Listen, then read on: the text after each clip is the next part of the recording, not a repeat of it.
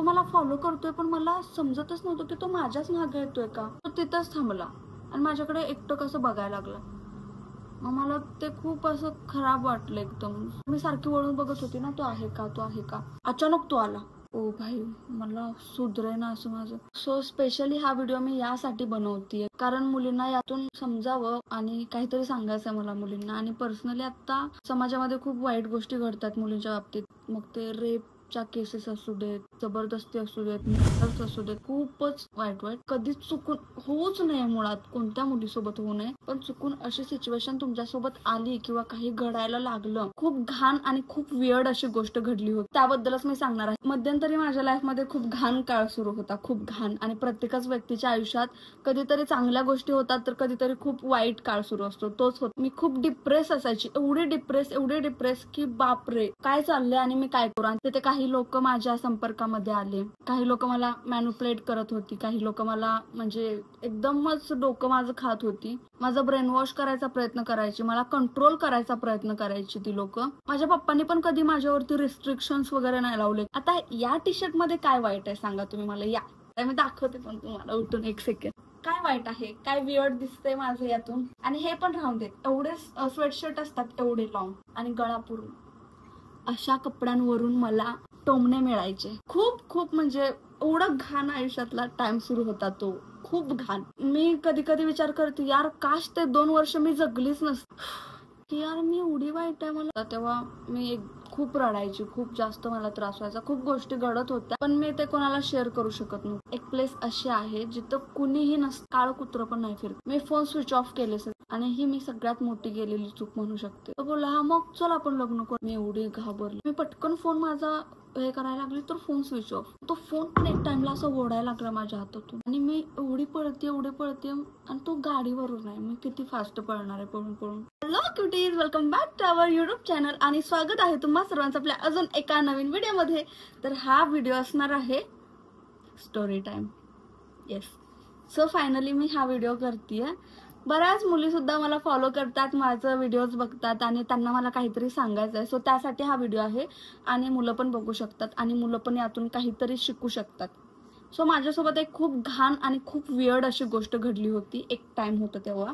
So त्याबद्दलच मी सांगणार आहे. म्हणजे थोडक्यात मी काय म्हणू शकते त्याला, मला ते बोलताना पण खरंच खूप असं घाण आणि वाईट वाटते, बट ठीक आहे. मी बोलू की नको असं होते कारण याचं नेगेटिव्ह म्हणजे काही लोक नावं वगैरे ठेवतात यार, मेंटॅलिटी जाऊन दे. पण आपण बोलूया फ्रँकली, एकदम सगळं व्यवस्थित मी तुम्हाला सांगते. मध्यंतरी माझ्या लाईफमध्ये खूप घाण काळ सुरू होता, खूप घाण. आणि प्रत्येकच व्यक्तीच्या आयुष्यात कधीतरी चांगल्या गोष्टी होतात तर कधीतरी खूप वाईट काळ सुरू असतो. तोच होता 2 वर्षा पाठीमागे. आणि तेच मला आता 2 दिवसापूर्वी आठवलं एका इन्सिडेंटवरून. सो मी विचार केला की मी शेअर करू शकते अशी गोष्ट तुमच्यासमोर. तर झालं असं होतं, एक काळ सुरू होता माझ्या आयुष्यात जेव्हा मी खूप डिप्रेस असायची, एवढे डिप्रेस की बापरे काय चाललंय आणि मी काय करू. आणि तेव्हा माझं एज खूप कमी होतं, 16 वर्षांची होती मी. आता 18ची आहे, म्हणजे तेव्हा 16ची होती मी. आणि माझ्यावरती खूप भार ताण होता माझ्यावरती की मला खूप कष्ट करायचे आहेत, मला खूप काय काय करायचं आयुष्यामध्ये. प्लस मम्मा व्हिडिओ बनवतीये, मम्मी जेवायला बोलवते मला. ओके, सो कंटिन्यू करा, सॉरी फॉर डिस्टर्ब.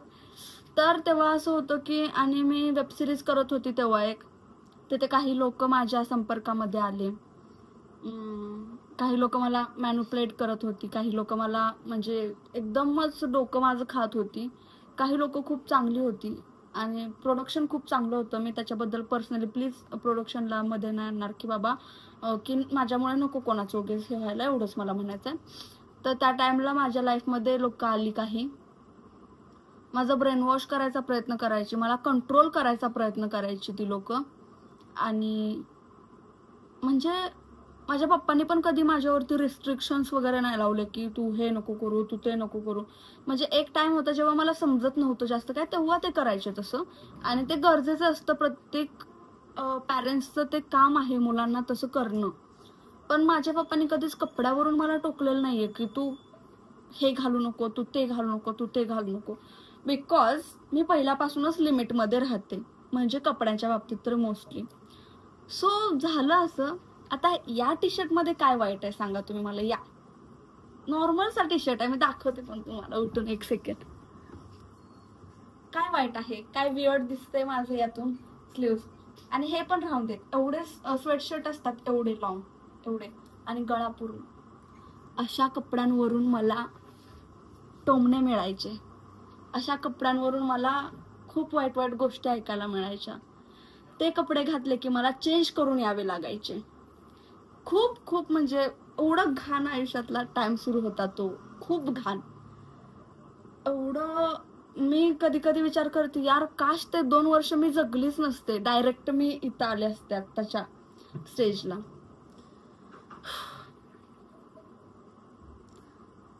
तर त्यामुळे मी खूप अशी असायसारखी, यार मी एवढी वाईट आहे मला. आणि तेव्हा मी एकदम स्लिम पण होती माहितीये. असं व्हायचं की का. मग कुठे खूप सगळं मी नाही सांगू शकत डिटेलमध्ये, पण खूप खूप जास्त मला असं इरिटेट होत होत्या सगळ्या गोष्टी. आणि खूप विचार, एक टाइम असं आलं, एवढं घाण टाइम आलं माझ्या आयुष्यात की मला तेव्हा समजतच नव्हतं. मी एवढी लिटरली एवढी रडत होती ना. सो तेव्हा झालं असं की तो बॅड पॅच जेव्हा सुरू होता तेव्हा मी खूप रडायची, खूप जास्त मला त्रास व्हायचा, खूप गोष्टी घडत होत्या त्यामुळे. पण मी ते कोणाला शेअर करू शकत नव्हती, कोणालाच. कारण मी ज्या फील्डमध्ये आहे त्या फील्डमध्ये माझ्या पप्पांना नव्हतं आवडत त्या टाइमला की नको करायला. म्हणजे की पुढं पुढं जेव्हा जाईन मी तेव्हा, आणि घरच्यांना जास्त नॉलेज नसल्यामुळे ते घाबरायचे माझ्या बाबतीत की. आणि त्यात मी लहान होती, खूप सपोर्टला कोणी नव्हतं.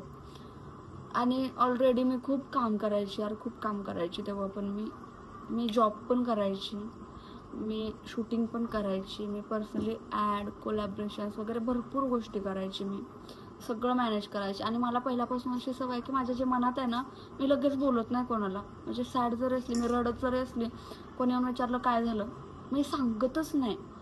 आणि एक्सप्रेसच होत नाही अशी की यार मला असा त्रास होतोय, मला वाईट वाटतंय, मला हे झालं, ते कधीच नाही. मला किती पण त्रास होते, मी माझ्या मनातच घुटमळत ठेवणार. आणि त्याचा अजून मला त्रास होतो, त्या माझ्या फॅमिलीला पण माहिती आहे खूप चांगलं.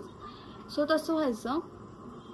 आणि मी रडायची एकदम. आणि माझ्या घरातले खूप घाबरतात मी रडले की, कारण मला होतोच तेवढा त्रास रडल्यानंतर. सो आणि मम्मी तर माझी खूप टेन्शन, काय झालं काय झालं काय झालं असं. ऑफकोर्स यार बाळ आपलं रडते म्हणजे आईला वाटणारच ना. तर तसं व्हायचं मला. प्लस मग मला असं झालं की यार खूप काळजी करतात सगळेजण. आणि त्यात मी सगळ्यात लहान गंडूचं छोटंसं बाळ, म्हणजे आमच्या फॅमिलीमध्ये सगळ्यात छोटी मी आहे.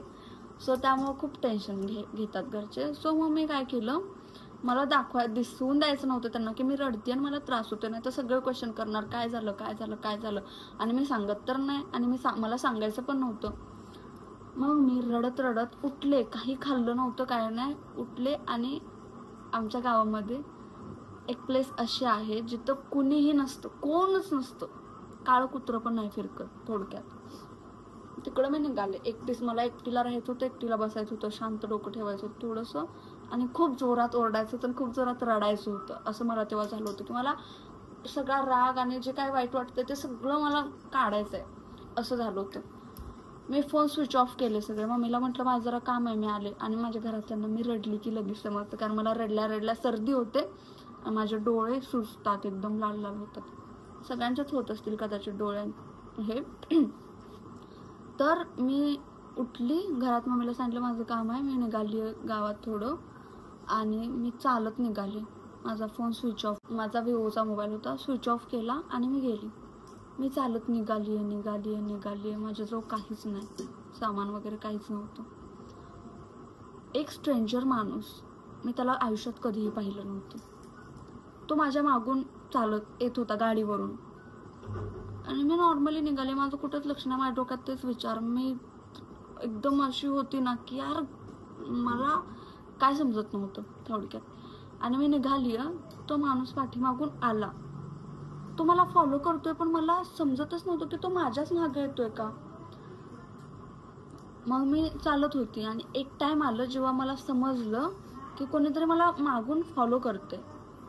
मग मी एकदम हळू चालायला लागली आणि 1 मिनिटासाठी मी थांबले एका ठिकाणी. आणि जस्ट त्याच्याकडे बघितलं आणि असं बघितलं की मला नाही समजलं आणि मी नॉर्मली अशीच थांबली की, पण जिथं मी थांबली होती तिथं लोक होती, गाड्या वगैरे जात येत होत्या. त्या माणसाने मला येऊन माझ्याजवळ गाडी थांबवली आणि मला विचारलं की काहीतरी ॲड्रेस सांगितला, हे कुठं आहे? मी म्हटलं मला नाही माहिती. मग तिथून असं झालं, ओके बोलला तो तिथंच थांबला आणि माझ्याकडे एकटं कसं बघायला लागला. मग मला ते खूप असं खराब वाटलं एकदम. मग मी तिथून चालायला लागले पुढे. मी जशी चालायची तो मागे येत होता आणि एक टाइम असं आलं की मी परत एकदा पुढे गेल्यानंतर मी सारखी वळून बघत होती ना, तो आहे का, तो आहे का. एक टाइम आला आणि तेव्हा मी वळून पाठीमागे बघितलं तर तो नव्हताच तिथे. मग मी थोडीशी झाली की यार थँक गॉड, आणि परत चालायला लागली. आणि एक टाइम असं आलं जिथे गाड्या नव्हत्या, लोक नव्हती, काहीच नव्हतं. नॉर्मली असं आतमध्ये होतं, एकदम झाडं होती फक्त तिकडे, खूप असे जंगल टाईप, पण असं एकदम भरलेले अशी गजबज झाडं नाही, काय बोलतात त्याला, चंदन नाही, सागवनची झाडं असतात तशी, आणि अजून एक झाडं होती वेगळीच, आणि चिंचेची वगैरे अशी लाईनमध्ये होती. शेत केल्यासारखं होतं ते झाडांचं, खूप मोठी मोठी, पण तिकडे कुणीच नव्हतं. आणि तिथून खाली पूर्ण अशी मोठी मोठी दगडं आणि असं सुक्क रान माळ काय म्हणू शकतो आपण, शेत असं एकदम, भाजीपाला नव्हता त्यात, काहीच नव्हतं, एकदम सुक्क पूर्ण लांबपर्यंत असं. मी चालत खाली निघाली, अचानक तो आला, तो माणूस अचानक आला. ओ भाई, मला सुधरे ना असं माझं, तरी पण मी त्याला इग्नोर केला आणि मी चालायला लागले. इतक्यात त्यानं फास्ट गाडी आणली माझ्यासमोर आणि मला म्हणतो थांब. मी खूप घाबरली होती त्यामुळे मी चालायला लागली. तो परत फास्ट माझ्या समोर आला आणि मला बोलला आय लव्ह यू. आणि तो लिटरली, मी सांगू तुम्हाला, तो माणूस 2 पोरांचा बाप वाटत होता. माझी जी फाटली होती, कारण तिथं कोणीच नव्हतं. कोणी म्हणजे मी ओरडले तरी कोणाला आवाज जात नव्हता. आणि ही मी सगळ्यात मोठी गेलेली चूक म्हणू शकते, चुकीच्या विचारांमुळे आणि चुकीच्या ह्याच्यामुळे. तो मला बोलला की, मी म्हणलं काय बोलताय फालतूगिरी, काय आहे ही, तुम्ही बघा कोण, लग्न झाल्यासारखं दिसताय, लहान मुलीला कोण असं बोलतं का वगैरे. तो बोलला हा मग चल आपण लग्न करूया, ये माझ्यासोबत वगैरे वगैरे, असं खूप घाण बोलायला लागला तो लिटरली. मी खूप घाबरली होती, एवढी घाबरली होती, मला काही समजत नव्हतं.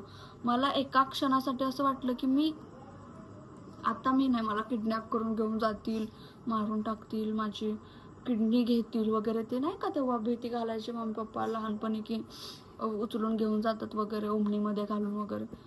मी एवढी घाबरली होती. आणि तो खूप वेळपासून मला फॉलो करत होता ना, त्यामुळे त्याने 16 वर्षाच्या मुलीला काय कळणार आहे एवढं.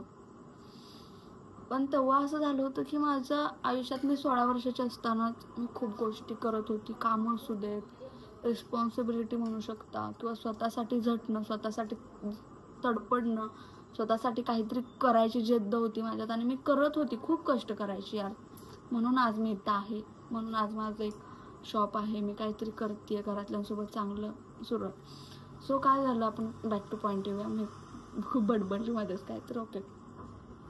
सो तो तसं करायला लागला. मग मी पटकन फोन माझा हे करायला लागली तर फोन स्विच ऑफ. फोन पण पटकन स्विच ऑफ निघेना. तो फोन पण एक टाइमला असं ओढायला लागला माझ्या हातातून. मी जोरात फोन ओढला. मी एवढ्या फास्ट पळत गेली आणि मी एवढी पळते आणि तो गाडीवरून आहे. मी किती फास्ट पळणार आहे पळून पळून. परत असं झालं की मी स्विच ऑफ काढतीये. मी काढला स्विच ऑफ, फोन निघला फायनली. आणि स्विच ऑफ निघल्यावर पण पासवर्ड, ऊन होतं ना जास्त त्यामुळे, आणि ब्राईटनेस पूर्ण कमी होता, एकदम ब्राईटनेस वाढत नाही. पटकन उन्हात आपल्याला दिसत नाहीत नंबर ना. पासवर्ड काढायला मला पासवर्ड दिसून असं अंग थरथर कापत होतं माझं, घाम सुटलेला. आणि तो मला फॉलो करतोय. मी बोलली की मी कंप्लेंट करेन, मी हे करेन, मी ते करेन, मी बडबडतीये, मी त्याला ओरडतीये. पण तो माणूस म्हणजे नाही का, माझा हात वगैरे असं ओढायला लागला, माझा फोन ओढायला लागला. आणि लॉक तर निघतच नव्हतं फोनचं, दिसत पण नव्हतं मला काय नंबर. मला सुचत नव्हतं मी आता काय करू, काहीच हातात नसल्यासारखं झालं होतं. फोनचं लॉक पण निघलं नाही माझ्या शेवटी. पण मी ॲक्टिंग केली तेव्हा, माझी कला माझ्या कामी आली म्हणायला काय हरकत नाही. मी जस्ट लॉक काढल्यासारखं केलं आणि हॅलो हॅलो दादा लवकर ये, दादा लवकर ये, बाजूलाच आहेस का तू, इथंच आहेस का, घराजवळच आहे मी, लवकर एक माणूस, असं असं मी बडबडली जोरात मोठ्या मोठ्याने. आता माझा भाऊ आलाय, आता तो तुम्हाला काय सोडत नाही, अशी मी त्याला बोलायला लागली, ओरडली. तो माणूस घाबरला. माझं घर इथेच आहे असं आजूबाजूला मी हे केलं. तो बहुतेक इथला नव्हता, त्यामुळे त्याला समजलं नाही की इकडे घरं आहेत की नाही. आणि तिथे एक शेड टाईप होतं फक्त, बहुतेक तिथं जी शेतं होती त्यांचं कुणाच तर असेल, पण तिथे कोण माणसं राहत नव्हती. म्हणजे शेतीत जे लागतात ना गोष्टी त्या ठेवल्या होत्या बहुतेक, मला पण नक्की माहिती नाही.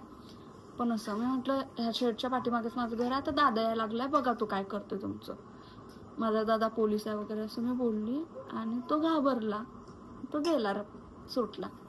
आणि जसा तो गेला मी जोरात जोरात ओरडून रडायला लागली. भाई काय झालंय माझ्यासोबत, कोणत्या फेसमधून मी वाचली आहे असं मला झालं.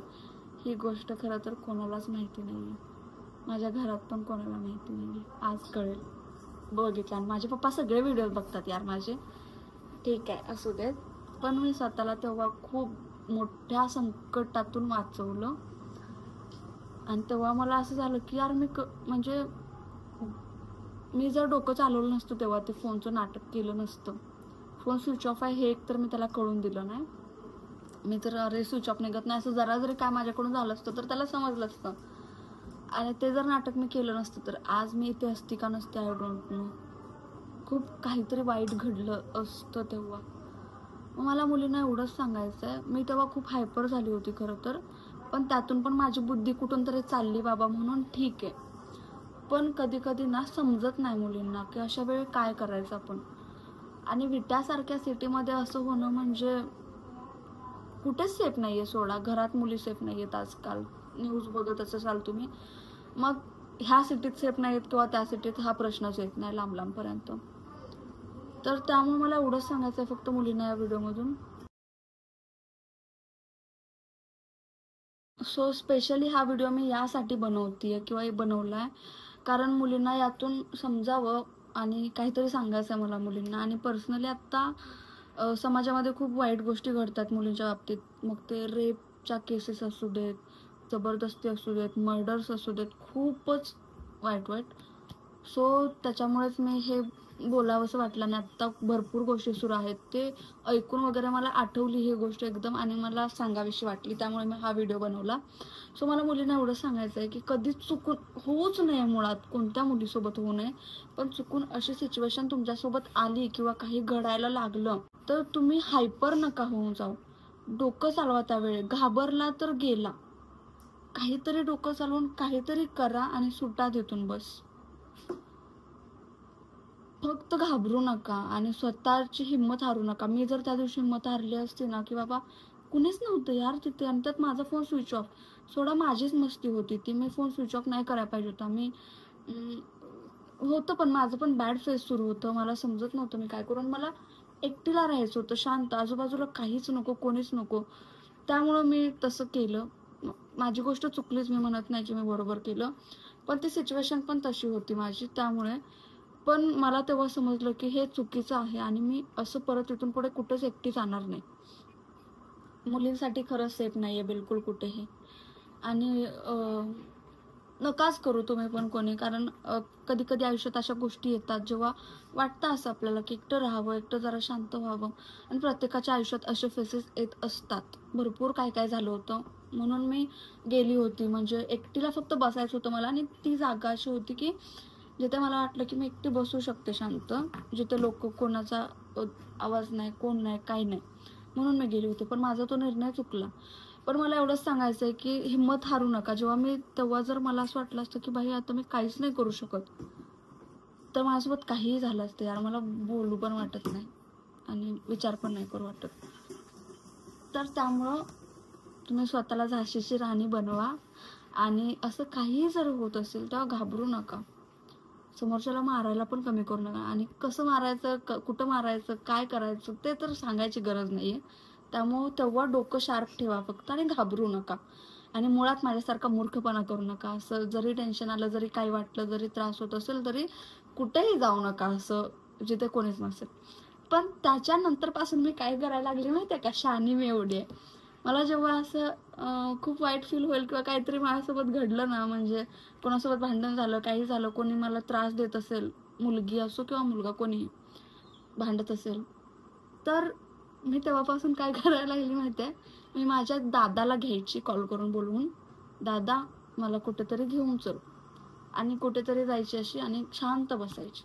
दादा बाजूने काय झालं म्हटलं, म्हणून तुला आणत नाही यार. मग दादा शांत बसून जायचा आणि मग मी शांत बसायची, असं पाण्याकडे बघत वगैरे निवांत विचार करायची, शांत मग घरी यायची त्या इन्सिडेंट नंतर. पण तुम्ही असं काय करू नका. प्लस जरी काय झालं कधी तर बी स्ट्रॉंग, हिम्मत हारू नका. आणि यार आपण मुली आहे म्हणून काय आपण कमी नाही, आपण खूप खूप काय करू शकतो.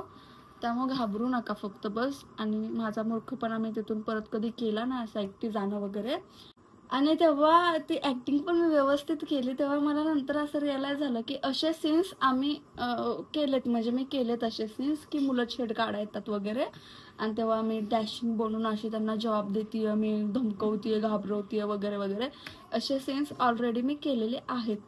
सो पण तेव्हा यार माझी फाटलेली, जाम फाटलेली, एवढी घाबरलेली की मला मरण दिसत होतं माझं थोडक्यात पुढं.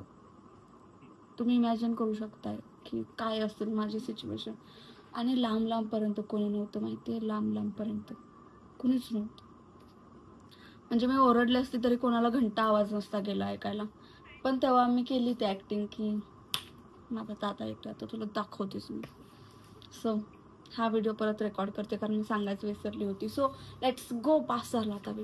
आणि अशाच जर स्टोरी टाइम्स तुम्हाला बघायला आवडत असतील, माझ्या लाईफमधले काही असे किस्से भरपूर आहेत यार, मी भरपूर काय फेस करून इथंपर्यंत आली आहे. सो तुम्हाला ऐकायला आवडणार असेल किंवा असे स्टोरी टाईम ज्याच्यातून तुम्हाला काही गोष्टी समजतील असं जर ऐकायला आवडेल तुम्हाला, तर नक्की मला कमेंट बॉक्समध्ये सांगा. मी नक्की तुम्हाला सांगत जाईन अशा बऱ्याचशा गोष्टी. ओके, सो हा व्हिडिओ इथे पण बघितला त्यासाठी थँक्यू. आणि कधी काही वाटलं, कोणत्याही गोष्टीची गरज असू दे, काही वाटू दे, तुम्ही बिंदास्त एक दिदी म्हणून, बहीण म्हणून तुम्ही मला मेसेज करू शकता. Bye bye. आणि सर्वांनी काळजी घ्या, सर्वांनी स्वतःची काळजी घ्या आणि आपल्या घरच्यांची काळजी घ्या. खूप हॅप्पी राहा, खूप हेल्दी राहा, खूप मस्त लाईफ एन्जॉय करा आणि मजेत राहा. आणि मला सबस्क्राईब करा, लाईक करा, शेअर करा, कॉमेंट करा, असंच प्रेम देत राहा. आत्ताचा व्हिडिओ इथे पण पाहिला त्यासाठी मनापासून धन्यवाद. मी फंबल होती त्यामुळं जरा समजून घ्या. आणि हा व्हिडिओ मी इथेच थांबवते. भेटू आपण लवकरच नवीन व्हिडिओमध्ये. बाय.